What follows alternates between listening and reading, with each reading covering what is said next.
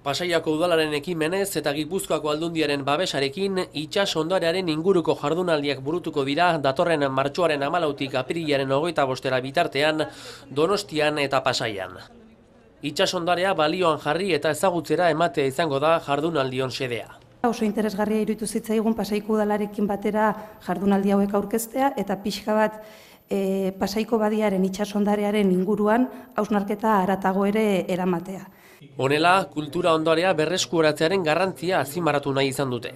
Ondarea aberastasuna da eta Pasaiako herriak ezagutu egin behar du herriaren ondarea. Kasu honetan ez bakarrik Pasaiako udalak edo herriak baizik eta inguruko eta Gipuzkoako eta gainontzeko herritarrek ere. Ondarea ez galtzeko ekimen horren testuinguruan antolatu dituzte beraz aipatutako jardunaldiak.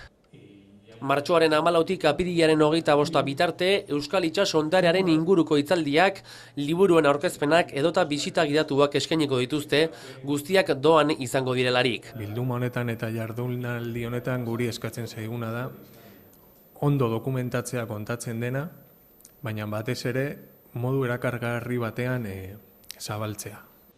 Lehenengo zita San Pedroko udalaretoan izango da datorren ostegunean arratsaldeko 7:30 aurrera.